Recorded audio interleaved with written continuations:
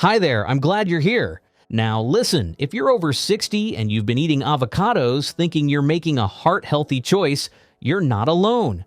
I hear it all the time from my patients. Doc, I put it in my smoothie every morning, or I just love spreading it on toast. And you know what? That's not a bad thing, until it is.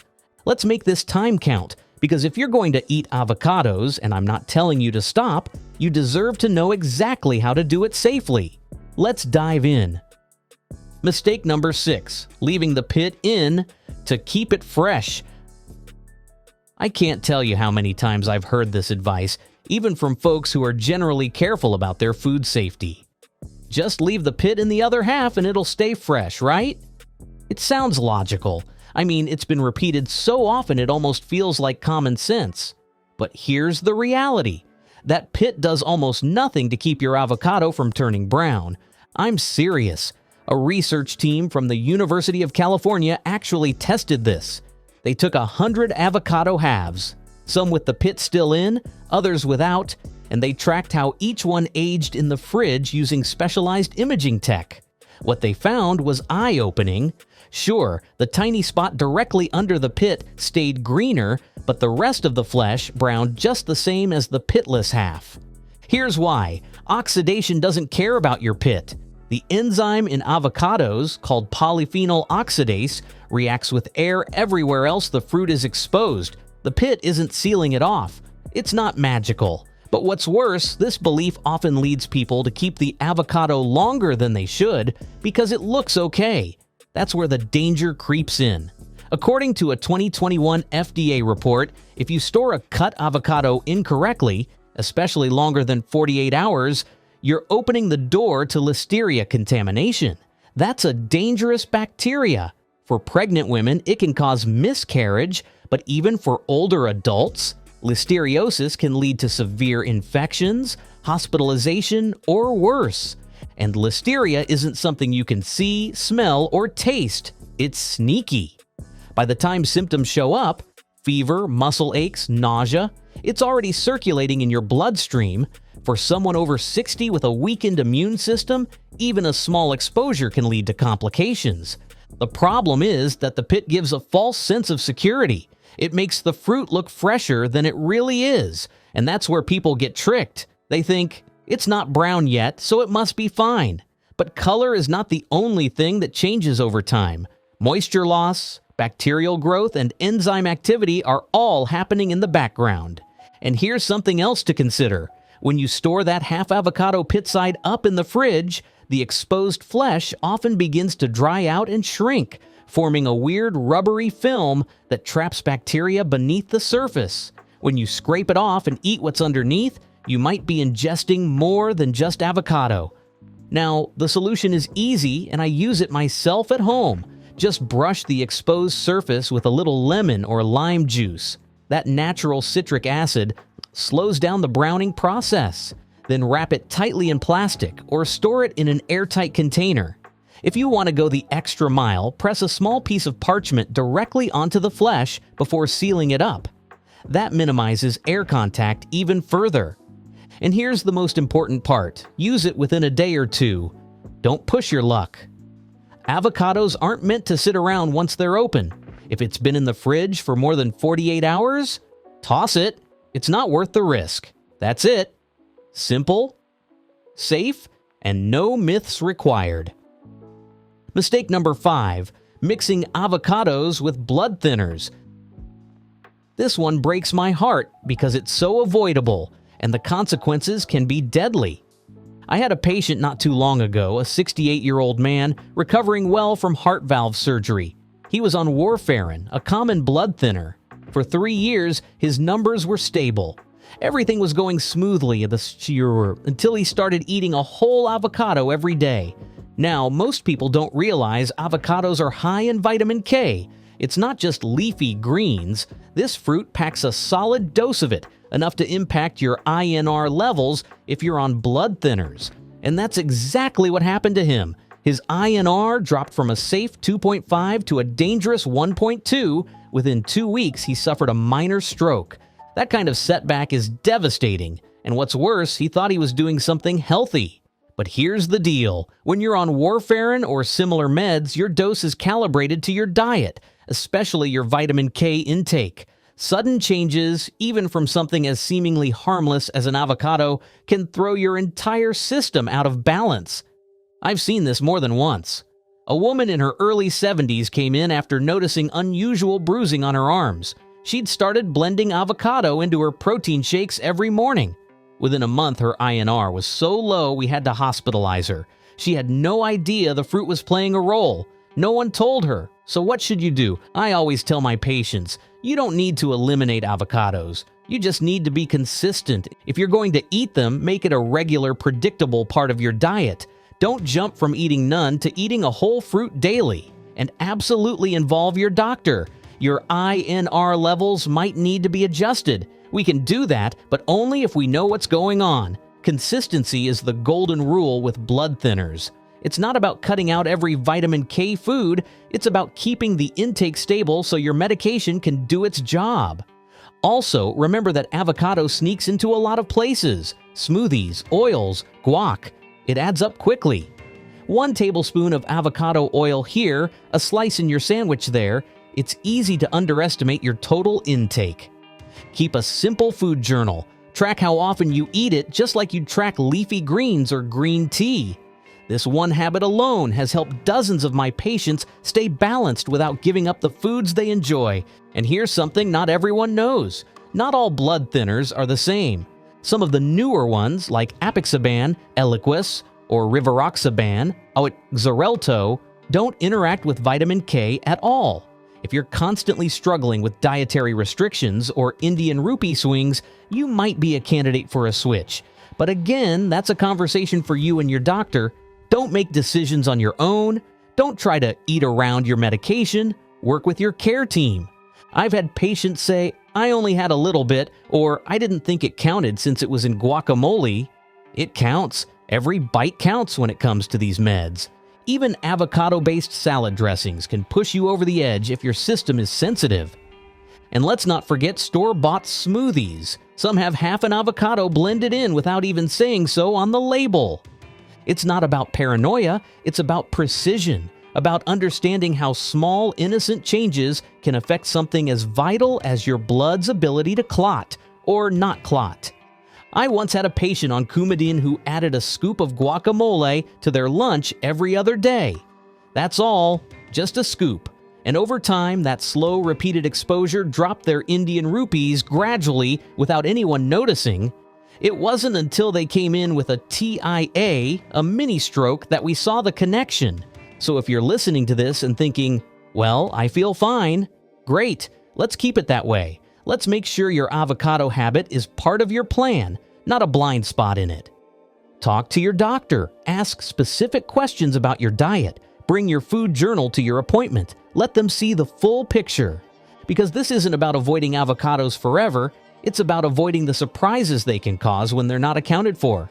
Just please don't ignore this, because one change in your kitchen can have a ripple effect in your bloodstream. Mistake number 4, using unripe avocados in smoothies. I get it, you're in a rush. The avocado on your counter isn't quite soft, but you toss it in the blender anyway, thinking it'll be fine once it's all blended. Well, not exactly. Unripe avocados might look okay, but they contain persin, a natural compound that the plant produces to defend itself. In ripe fruit, levels are low, but when that avocado is still hard and green inside, persin levels can be 3 to 4 times higher. Now, persin isn't friendly to your gut. It can cause serious digestive upset. I'm talking about bloating, cramps, diarrhea. I've seen it enough in my practice that I have a name for it: avocado gut. And when I dig into my patients' habits, the common thread is almost always unripe avocados blended into smoothies. But it's not just short-term discomfort. A Stanford study showed that resistant starches in unripe avocados actually disrupt your gut microbiome, decreasing beneficial bacteria by up to 23% in just a few weeks. That's a major hit to your digestive and immune health, especially for older adults. And it doesn't stop there. That shift in gut bacteria can lead to weakened immunity, increased food sensitivities, and even poor nutrient absorption. One patient of mine came in with constant fatigue and unexplained bloating. She was starting every day with a green smoothie she thought was helping her heal. Turns out she was using avocados that weren't ready, and her microbiome was paying the price. Your gut is like a garden. Feed it the right things and it thrives, but toss in toxins like persin and indigestible starch, and you're planting weeds instead of flowers. So, how do you know if your avocado is ready? It's easier than you think. Gently press it in the palm of your hand. It should have a slight give. Not mushy, not rock hard. Check the stem nub. If it pops off easily and shows green underneath, you're good to go. If it's brown underneath, it's overripe. And if it won't budge, it needs more time. Need to speed up ripening? Just place the avocado in a brown paper bag with a banana or apple. The ethylene gas will do the rest. That little kitchen trick is science-backed and much safer than shortcuts. But please, don't microwave it, don't bake it to soften it. That doesn't remove the toxins, it just masks them with heat. It's like putting perfume on spoiled food. It might smell better, but it's still not safe. One of the most common mistakes I see is people cutting into an avocado just because the skin looks darker. Color isn't enough. Texture and stem condition matter more. If it's not ready, it's not worth the risk. Even worse, I've had patients who pre-blend a week's worth of smoothies and store them in the fridge. If those smoothies contain unripe avocado, they're sitting there fermenting, feeding bacteria you don't want in your gut. And here's another thing. Unripe avocado doesn't even taste good. It's gritty, bitter, and fibrous. It throws off the whole flavor profile of your smoothie. You're not just harming your body, you're ruining your breakfast. Instead of trying to force ripening, let nature do its job. It's worth the wait. That creamy, smooth texture we all love, that's a sign the fruit has reached its peak. And that's when the good fats, the digestible fiber, and the protective antioxidants are all ready to support your health. I once had a man in his 70s who told me he stopped eating avocado altogether because it upset his stomach. But once we talked, we realized he'd never actually eaten one that was ripe. He tried again, properly ripened this time, and not only did he tolerate it well, he said it became his favorite part of breakfast. So if you've tried avocado and didn't feel great afterward, don't give up on it entirely. Give it the right conditions, and it might become your body's best friend. Wait for it to ripen. Your gut will thank you, and so will your energy, your immunity, and your digestion. Mistake number 3, eating avocados with a latex allergy. This one still catches people by surprise, and yet it's far more common than you'd think. There's something called latex fruit syndrome. It means that if you have a sensitivity to latex, your body might also react to certain fruits that share similar protein structures, including avocados. Your immune system sees those proteins and says, "Danger," even if you've never reacted to fruit before. One of my patients, an ER nurse, had a known latex allergy. No major issues, just mild rashes at work. Then one night she went out for dinner, had some guacamole, and within minutes she was gasping for breath, throat swelling, blood pressure dropping. We're talking anaphylaxis. She needed immediate epinephrine to survive. I don't say that to scare you, but to wake you up. If you've ever had a latex reaction, even just a mild one, you need to be aware that avocado might not be safe for you. This isn't about preference, it's about biochemistry. And no, cooking it doesn't help. The proteins that cause these reactions, called ketoases, are heat stable. That means baked avocado, avocado oil, even sauces made with avocado can still be dangerous. Also, be mindful of cross-contamination. If a restaurant uses latex gloves to prepare your food, even a clean-looking avocado dish might carry traces that can trigger a reaction. If you have any doubts, get tested. A simple skin prick or blood test can confirm if you have latex fruit syndrome. And if you do, your safest move is full avoidance. Your life is worth more than a trendy salad. And here's what complicates things even more. Latex fruit syndrome doesn't always show up in childhood. You could go your whole life without a problem and then suddenly develop a reaction in your 40s, 50s, or even 60s. That delayed onset confuses people. They think, but I've eaten avocados for years. Yes, but your immune system can change, especially as we age. And it's not just avocados. The proteins involved are also found in bananas, kiwis, chestnuts, and papayas. If you've reacted to any of those in the past, or if they've ever made your mouth itchy or your lips swell slightly, you may already be showing signs of cross-reactivity. Some people write it off as just a little tingling, but those little signs, they can escalate. I've seen mild symptoms turn into full-blown reactions after just a few exposures. It's not predictable. That's what makes it so dangerous. I had a woman in her early 60s who told me she only reacted to latex gloves when she was younger. No big deal.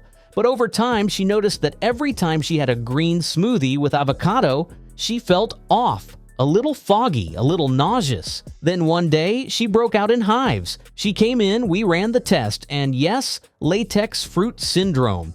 She never made the connection on her own. Most people don't because no one's talking about it. And let me be clear, it's not just a matter of avoiding guacamole. Avocado is hiding in dressings, smoothies, dips, sauces, even health bars. I've seen it listed as butterfruit, green mousse, and natural thickener on some labels. It's not always obvious. Even avocado oil in skincare products can cause a reaction for some people. Lip balms, lotions, under-eye creams. Your skin absorbs it. And if you're already sensitive, that's enough to cause a flare-up. That's why I always advise patients with known latex sensitivity to start checking labels on everything, not just food. And when dining out, ask your server directly. Ask what's in the sauce. Ask if they use latex gloves. You don't have to apologize for protecting your health. And if anyone tells you, oh, it's probably fine, don't take their word for it. Be your own advocate. This condition is medically recognized. It's in the literature. It's not in your head. And no, antihistamines won't always prevent a reaction. In severe cases, they don't do much at all. That's why carrying an epinephrine auto-injector is something I recommend for my patients who are confirmed sensitive. It's not a burden, it's insurance. I've treated patients who didn't even realize what caused their reaction until days later. A smoothie shared at a brunch, a pre-made wrap from the store, a protein bar with plant-based oils. It's always something small until it isn't. So here's my bottom line. If you've got any history of latex allergy, even something minor, take this seriously.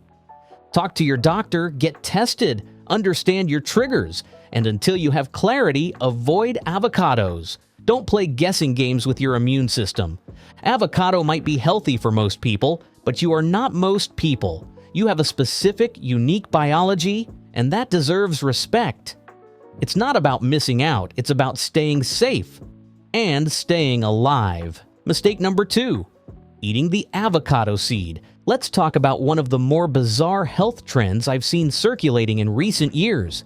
It's this idea that the avocado seed is some kind of miracle superfood. You've probably seen it online, people grinding it up, tossing it into smoothies, baking it into granola, even chewing it raw. And it's always packaged the same way. Hidden nutrition your doctor doesn't want you to know about. Well, let me set the record straight right now. I'm a doctor and I do want you to know about it because the truth is, it's dangerous. First of all, yes, the seed contains antioxidants. A 2013 study from Penn State showed that it has phenolic compounds, the kind that can reduce inflammation. But here's the problem. Your body can't even absorb those antioxidants. The dense fiber structure of the seed locks them away. You're not getting the benefit, you're getting the risk. And that risk, it's not small. The same study found that avocado seeds contain personin, and at concentrations up to 100 times higher than what's in the avocado flesh. That's a toxin. Your body doesn't want it. And more than that, the sharp fragments of a ground seed can literally tear your intestines apart. I've had patients end up in emergency surgery because of this. One young woman, healthy in her 20s, added seed powder to her smoothie every morning. After 3 weeks, she was in the ER with severe abdominal pain. Scans showed microperforations in her small intestine. She had to undergo surgery. Real surgery for something completely avoidable. And she's not alone. The California Poison Control Center reported a 400% increase in avocado seed-related emergency calls between 2019 and 2023. We're seeing everything from blockages to internal bleeding to symptoms resembling cyanide poisoning. Yes, you heard me right. Avocado seeds contain compounds that can convert into cyanide in your body. At high enough doses, that's a real threat. The machinery needed to grind avocado seeds safely? It's industrial grade, used in labs, not kitchens. Your home blender can't handle it. And the chunky bits it leaves behind?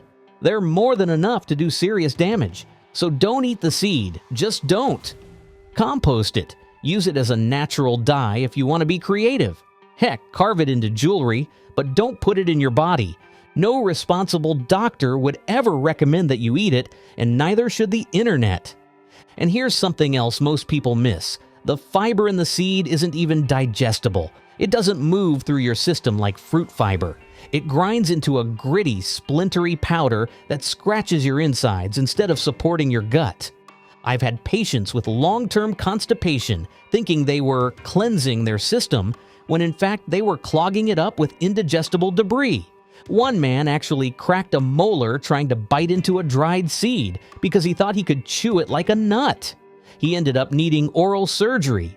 Another patient, a fitness influencer, thought it was giving her energy until she fainted at the gym.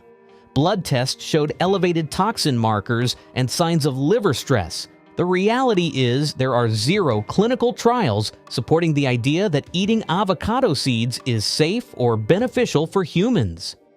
All we have are petri dish studies and wishful thinking. And yet, people are swallowing it, literally, because some stranger on the internet called it the next big thing. Let me say it clearly, just because something grows in nature doesn't mean it belongs in your stomach. You wouldn't eat apricot pits. You wouldn't chew on peach seeds. Why treat avocado seeds any differently? We've known for decades that many fruit seeds contain cyanogenic glycosides, and avocado is no exception. Once these compounds hit your digestive tract, they can break down into hydrogen cyanide, a substance your body cannot tolerate in excess. And those influencers who say, well, I've been doing it and I feel fine, they're playing roulette with their health. It's not about how you feel right now. It's about what's building up quietly inside you. Because toxicity isn't always immediate. Sometimes it's cumulative. And by the time the symptoms show up, numbness, fatigue, gut pain, it's often too late to reverse the damage without medical intervention. I'm not here to scare you. I'm here to empower you. You don't need to chase obscure trends to stay healthy. The avocado flesh alone already offers fiber, healthy fats, and dozens of nutrients. That's where the gold is. Everything the seed claims to offer, the fruit already gives you, safely and without a trip to the ER. So please, if you're tempted by a post telling you to grind up that big, rock-hard seed, don't. Just because it looks exotic doesn't make it wise. In fact, in this case, the wisest thing you can do is toss it in the compost bin. Mistake number 1, cooking avocados at high heat. Now, this last one might surprise you the most because it looks so harmless. Maybe you've seen a recipe that calls for grilled avocado, or maybe you like frying a few slices for your breakfast plate. It smells amazing, the texture changes, it looks like a treat. But here's the problem. Avocado doesn't handle heat well.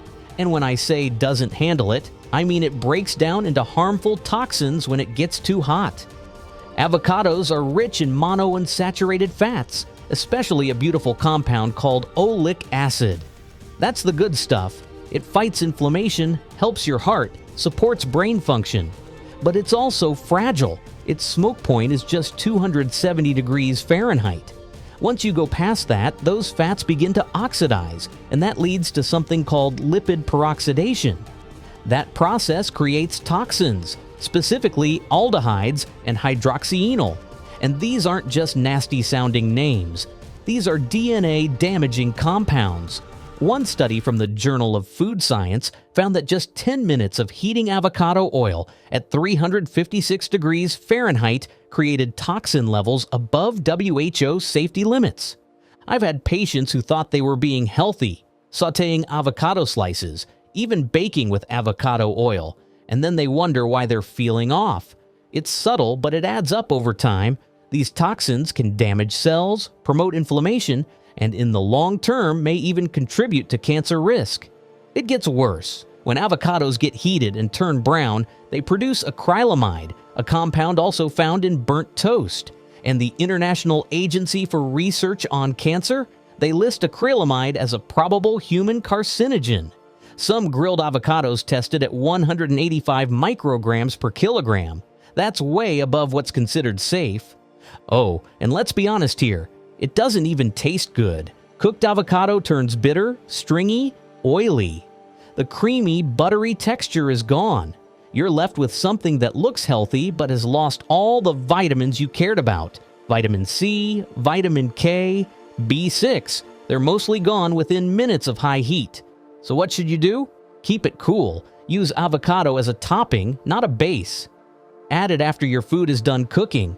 For pasta, let the noodles cool a bit. For toast, spread it after the bread is out of the toaster. Making a warm salad or a bowl, wait for it to cool, then toss in the avocado. You still get the rich texture, the flavor, the nutrients, and none of the toxins. That's how I eat it at home. That's what I tell my patients. And now, that's what I'm telling you. And here's what most people don't realize. High heat doesn't just destroy nutrients, it alters the chemistry of the entire dish. What started out as heart healthy becomes something that stresses your liver. The enzymes that make avocado so easy to digest, gone. The antioxidants, cooked into oblivion. Instead of helping your cells repair, it could be making things worse. Every time I ask someone why they're heating avocado, the answer is always the same. They saw it on a blog, or it looked good on a brunch menu. No one ever says, "My doctor told me to fry it." Because we wouldn't. Not a single dietitian I trust recommends it either. There's just no benefit, only risk. And we have so many better options. You want warm flavors? Use roasted vegetables and pair them with fresh avocado. You want creaminess? Whip up guacamole with lemon and herbs. No stove needed. You want healthy fat in your stir-fry? Use oils with a high smoke point, like avocado oil in its raw state for a drizzle afterward, or extra virgin olive oil if you're cooking light. The trick is in timing. Don't expose the avocado to heat. Let it shine where it's best, in its raw, unprocessed, nutrient-dense form. I've seen people with skin breakouts, joint stiffness, even mood swings, all traced back to repeated exposure to oxidized fats. They never made the connection until they stopped heating avocado. And once they did, their symptoms improved in weeks. Food is powerful, but only when we treat it right. Avocado isn't magic, it's a tool. And like any tool, it has to be used the right way. So please, treat it gently. Don't kill its benefits with a frying pan. Let the avocado be what it was meant to be. A cool, creamy, healing gift, not a scorched mistake. So now you know, avocados are still one of my favorite foods to recommend when they're used correctly, but over the past few years, I've seen too many people, smart people, health-conscious people, suffer real consequences because they didn't know the full picture. They believed that keeping the pit in would keep it fresh. They didn't realize vitamin K could clash with their medication. They tossed in an unripe avocado and ended up with weeks of digestive misery. They had a latex allergy and didn't think twice about guac. They thought the seed was a hidden superfood. They grilled it to make it gourmet. They assumed the darker the avocado, the healthier it was. They scraped off browning and figured the rest was fine. They used avocado oil for frying, thinking it was heart healthy. They forgot to wash the skin and introduced bacteria into the flesh. They mixed it with supplements without checking interactions. They followed diet fads instead of listening to their own body. They stored avocado too long and didn't notice the slimy film underneath. They mistook bitterness for flavor instead of a warning sign. They added it to every smoothie because a post told them to. They trusted trends without asking questions. It's not their fault. These myths are everywhere. But now you're ahead of the curve. I want you to feel confident, not confused, every time you reach for that avocado. You deserve to enjoy your food without unknowingly putting your body at risk.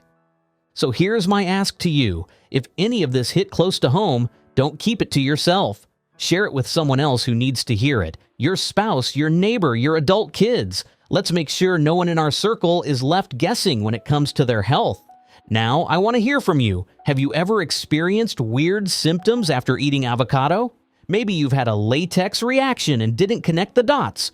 Or you're on a blood thinner and never thought to check the interaction. Leave a comment and let me know. I read every one and I respond with personalized advice when I can. And if you found this helpful, please consider subscribing. I share health guidance just like this every week, especially for those of us over 60 who want to stay sharp, strong, and feeling our best. Take care of yourself. I'm proud of you for showing up today. Until next time,